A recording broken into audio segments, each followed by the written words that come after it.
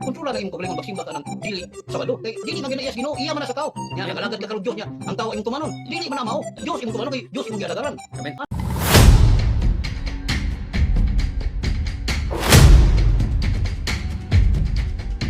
Sa Dios lang gid ta dapat mo sunod sumala pa sa itong mga higala nga member sa Seventh Day Adventist.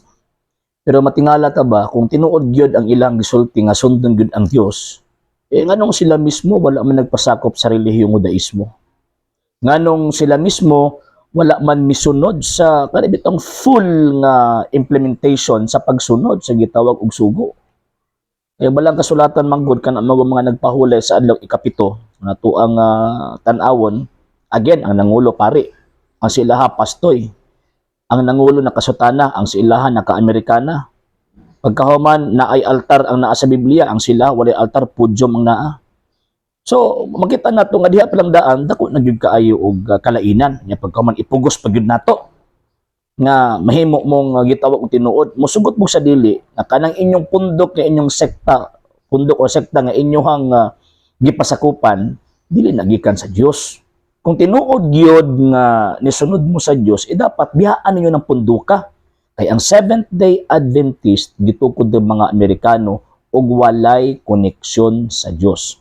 Number 2, ang pa ninyo kinahanglan daw gid sundon kadtong adlaw ikapito sumala sa balaang kasulatan. Remember ang kasuguan kung nato ang tan-awon gihatag sa Dios ang sugo sa iyang unang katawhan. Ang naay kagahom nga mo implement ni ana mao ang gitawag og relihiyong Judaismo.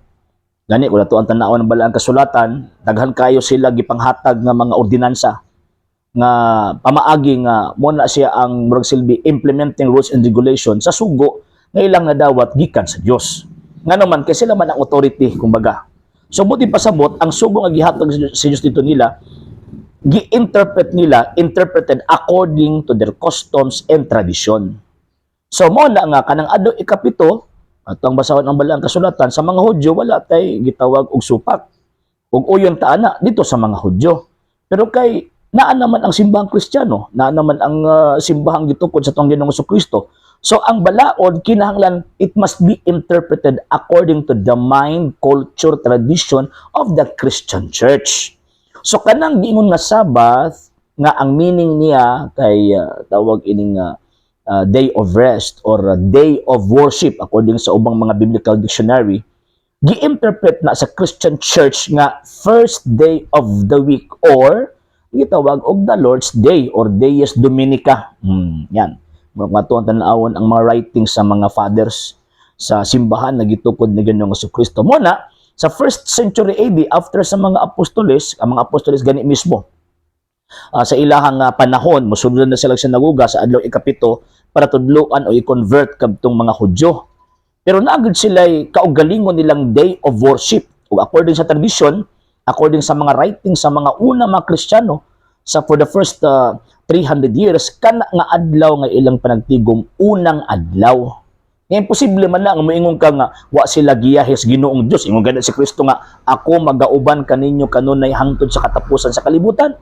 Ingon ganit ang Ginoong Kristo nga, madadaan ka mo sa Espiritu Santo, ang Espiritu Santo mo magtudlo kaninyo sa tanan nga akong gisugo ninyo. So therefore, ang una-una sa mga Kristiyano kaniadto concerning sa gitawag og the word Sabbath, ang adlaw sa pagsimba o ang adlaw sa pagdaig sa Dios, himuon nila sa unang adlaw sa simana. Kay again, number 1, Christian church naman sila, dili naman sila Jewish church. Number 2, ang interpretation sa Jewish church o sa Christian church managlahi in terms of Sabbath. Nga naman, kay sa tanang gitawag og mga sugo sa Dios, katong napulo ka sugo, kana lang word, kana lang tawag anang Sabbath, nga naa kay i-implement kung baga. Naa kay i-implement nga gitawag og kining pamaagi sa pagsimba na kay implementar. So lahi man kaniadto pag-abot sa Christian Church, lahi na pod. Nganuman kay kung ilisan gani ang pagkapari, ilisan usab ang gitawag og balaod. Balaod in the sense nga kadtong implementing rules kung baga sa sugo nga gihatag sa Dios.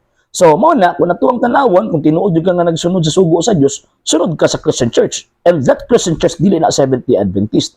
According sa history, kanang Christian Church refer to the Catholic Church, refer to the one Holy Catholic and Apostolic Church or mas known nga Roman Catholic Church. So kung wala ka din wala ka nisunod sa kabubuton sa Dios. Ug ang imong pagsimba bisan pagkapilan ng kopyahon ng naas balang kasulatan, wa kay connection din na. Kaya wa man kay connection din na, so buot ipasabot ang imuhang tawag ini nga gihimo, wala nay credit nga maluwas ka o wala nay kredito sa imuhang kaugalingon aron mahimuot ang Dios nimo. Nganuman kay instead of mosunod ka ni Kristo kung sa Kristohan ng iglesia, dito naman hinuong ka sunod sa mga Amerikano nga way kalabutan sa imong gibasa nga Biblia.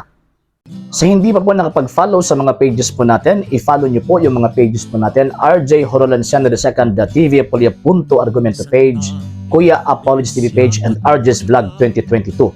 And pwede rin po kayo mag-send po dyan ng Facebook stars. And also, sa atin po mga channels, sa hindi po nakapag-subscribe, subscribe po ninyo yung mga channels natin, Dalay Catholic, Apologies International Official, RJ Sano II TV, Kuya Apologies TV, and Barrio Kawayan Religious Forum. And pwede rin po kayo mag-send po dyan ng super sticker, super chats, and super thanks. And maraming salamat po sa mga kapatid at mga Katoliko na ulis pong tumutulong sa programa po natin. Maraming salamat po. Nang dahil po sa tulong at suporta po ninyo, ang programa pong ito, until now, andito pa rin po sa social media. And until now din po, nangangailangan pa rin po tayo sa tulong at suporta po ninyo dahil wala po kami magagawa rito mga sir, mga ma'am, kung wala po yung tulong at suporta po ninyo. Sa gusto pong tumulong, sa gusto pong sumuporta, pwede po ninyong ipadala ang tulong at suporta po ninyo sa pamamagitan po ng ating mga account numbers dyan po sa ating pong screen. And pwede nyo po kaming i-message sa ating pong page kung via remittance po yung papadala po ninyo. Maraming salamat po in advance.